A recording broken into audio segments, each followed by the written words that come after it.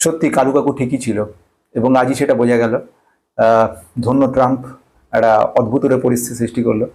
একটা ঘন্টার মধ্যে, প্রথম 1 ঘন্টার মধ্যে টোটাল 10 লাখ কোটি টাকা কিন্তু ইনভেস্টাররা হারিয়ে ফেললো শুধু 1 ঘন্টার মধ্যে।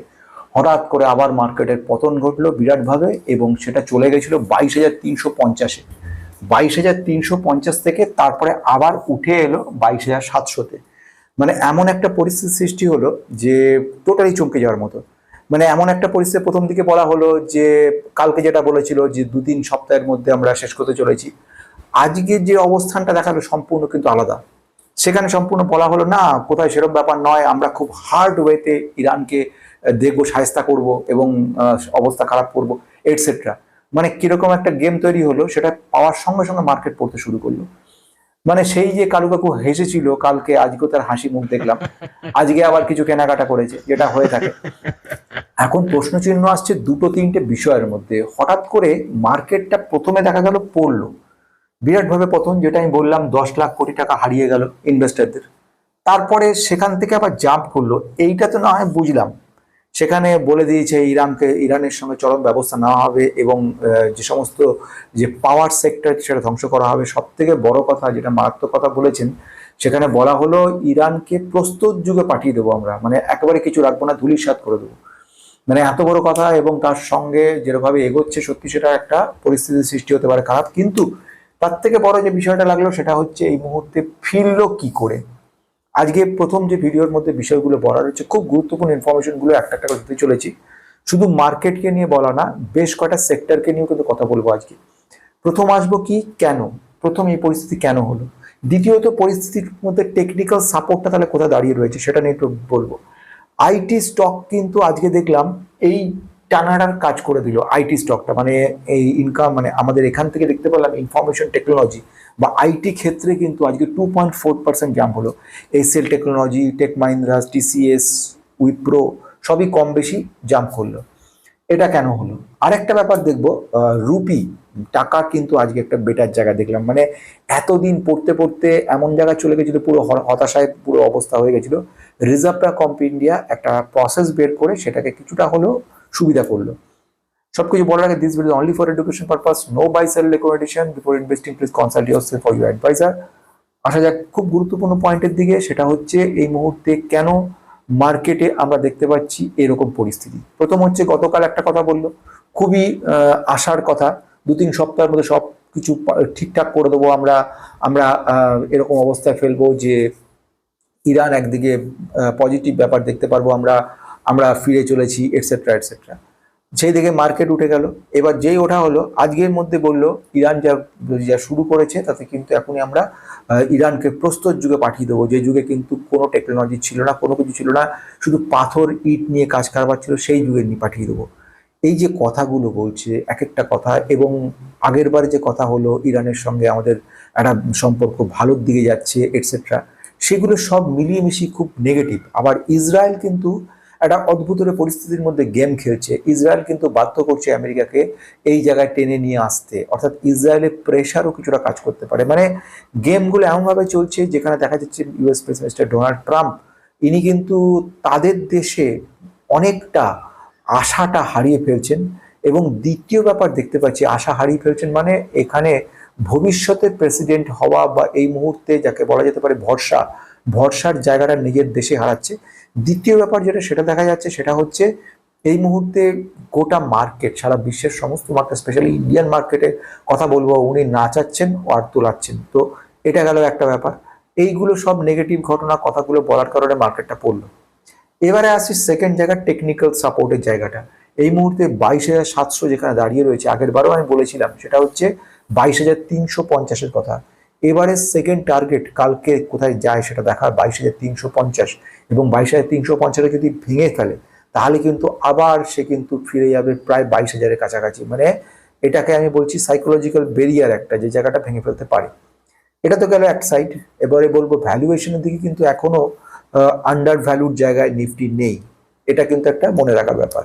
এবার আসছি আর কয়েকটা গুরুত্বপূর্ণ পয়েন্টের দিকে। যেরকম 1 নম্বর ঘটনা হচ্ছে, foreign institutional investor FII selling করে চলেছে, যদিও ডিআইআই দেখলাম কিছুটা কিনছে, তবুও কিন্তু এফআইআই সেলিং এর পরিমাণ হিউজ।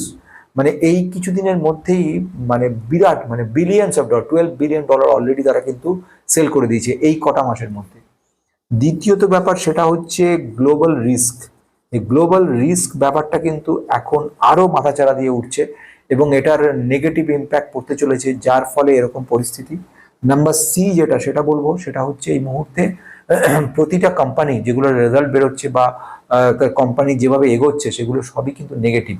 মানে এরকম পরিস্থিতিতে শুধু নেগেটিভিটি ছাড়া কোনো কিছুই আমরা দেখতে পাচ্ছি না ভালো কিছু। তার মানে কি বোঝাচ্ছে আমাদেরকে বোঝাচ্ছে এই মুহূর্তে মার্কেট যেভাবে চলছে তাতে খুব বেশি আশা কিছু করা যাবে না। তাহলে হয়ে গেল এই ব্যাপারটা।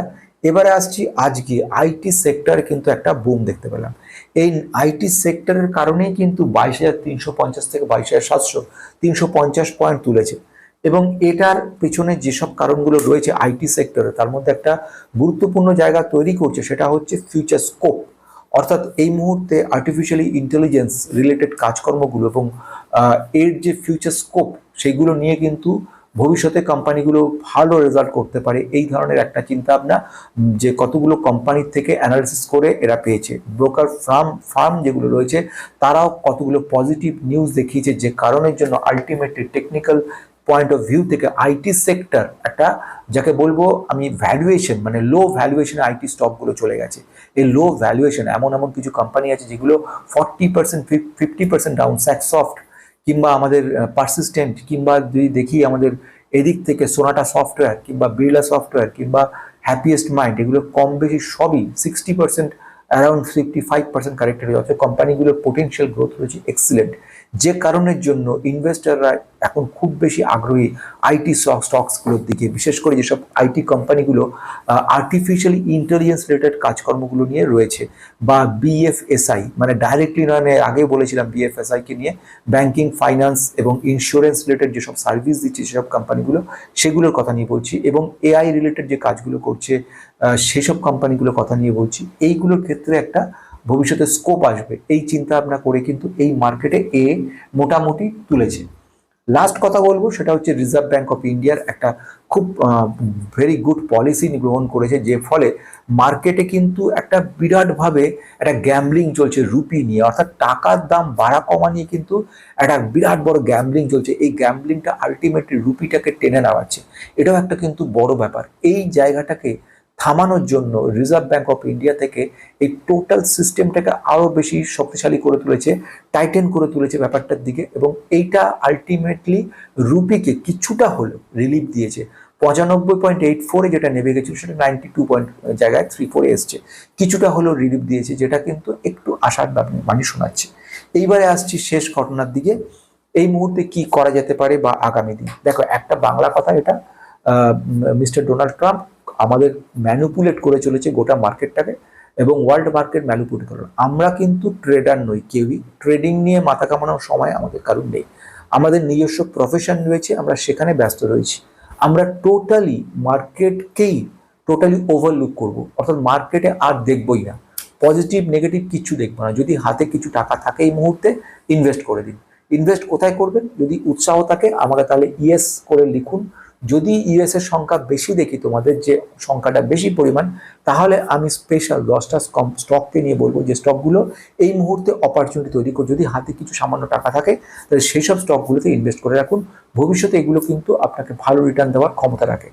তো সেইগুলো নিয়ে বলবো যদি উৎসাহ দেখি এই সম্পর্কে। আর একটা কথা বলেন, যদি হাতে কিছু টাকা থাকে অবশ্যই এই মুহূর্তে ইনভেস্ট করুন, যাতে ভবিষ্যতে গিয়ে একটা ভালো রিটার্ন পেতে পারেন। এটা কিন্তু ভয় নয়, এটা একটা অপরচুনিটি আমাদের জন্য তৈরি করছে। তো আজকে এই বলে শেষ করছি, আবার দেখা হবে কালকে।